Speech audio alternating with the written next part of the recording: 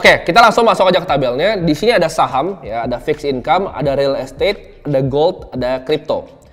Fixed income itu obligasi ya, surat hutang. Jadi real estate itu adalah properti, gold itu emas, dan crypto. Ya. Kita cek dari matriks yang pertama, liquidity. Saham liquid atau enggak? Oh, saham itu liquid ya, dia checklist tuh. Yang kedua, fixed income, dia liquid atau enggak? Itu sebenarnya tergantung ya. Mungkin ada dari kalian yang bilang, oh fixed income tuh liquid, bisa dijual di pasar sekunder. Tapi ini gue ngomong untuk sebagian besar orang.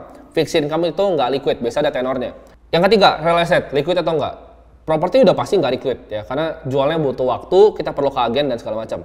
Emas, liquid atau enggak? Liquid, kita bisa jual di toko, besok langsung laku.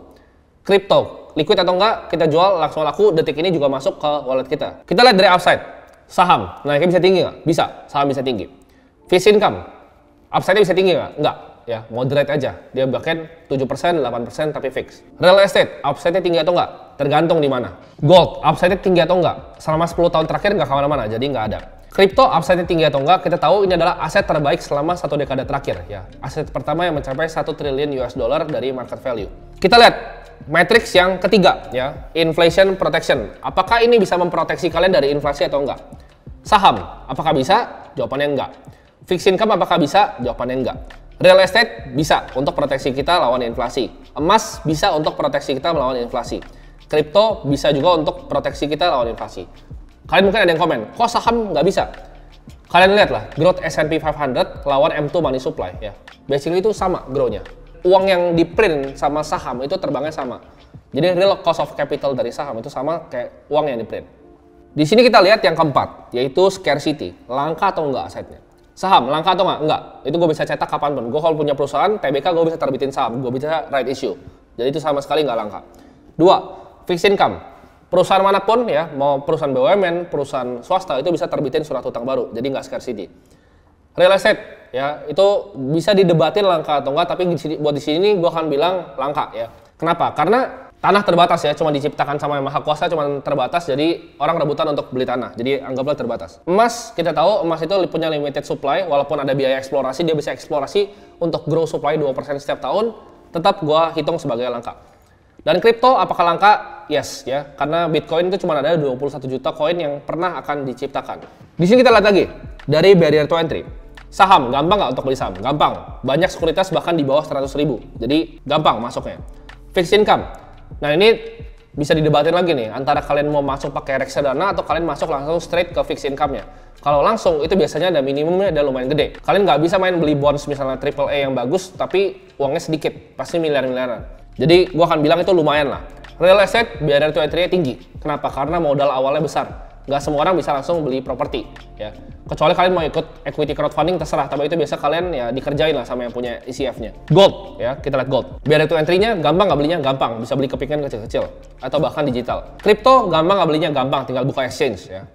Jadi kita evaluasi asetnya benar-benar objektif. Nah, kita lihat lagi dari sisi diversifikasi. Saham bisa diversifikasi? Bisa. Kita bisa cross sektor ya, kita bisa beli di perbankan, kita bisa beli di poultry, kita bisa nyebrang ke teknologi. Bahkan bisa cross negara, bisa di Indonesia, bisa di Jepang, bisa di Amerika. Fixed income, bisa diversify. Ini bisa didebatin sih, ini juga bisa didebatin. Kalau kita bilang diversify antara kelas obligasinya bisa mungkin ya, yang mungkin AAA sama kita cari yang grade B yang lebih rendah, tapi bunganya lebih tinggi. Kita diversify antara bonds yang benar-benar bagus, government bonds, sampai corporate bonds yang junk bonds itu bisa diversify, jadi bisa.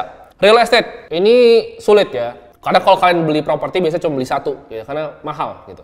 Kecuali uang kalian udah sultan gitu, kalian bisa diversify across negara. Contohnya, satu beli di Monaco, satu beli di Dubai, tapi itu kan tuh nggak mungkin lah.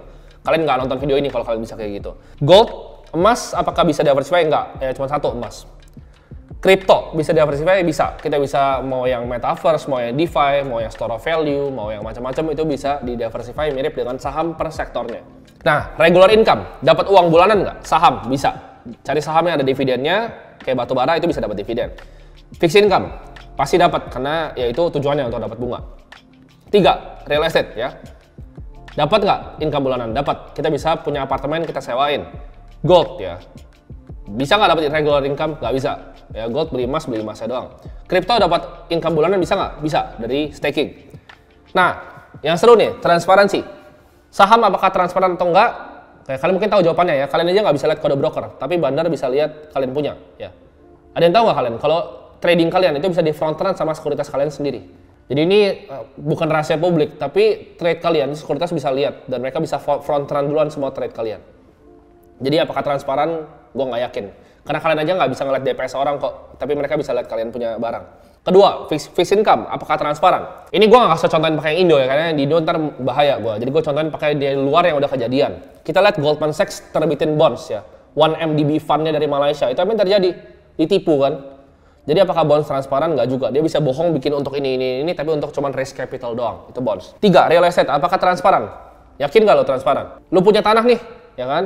Lu punya tanah, terus ada developer gede gitu. Developer gede mau bangun sebuah kompleks di tanah lu. Dia akan tawar pasti harga yang bagus. Nah, gitu. Jadi apakah transparan? Nggak juga. Terus ntar dia pakai berbagai macam cara lah untuk keluarin lu dari lahan lu sendiri. Jadi tanah lu apakah punya lu belum tentu gitu. Nah gold, transparan ya somewhat lah. Gue tahu ada kartelnya, ada mafianya, tapi gold somewhat transparan. Crypto, lu bisa lihat semuanya ya. Mau Ethereum lu bisa cek di Etherscan.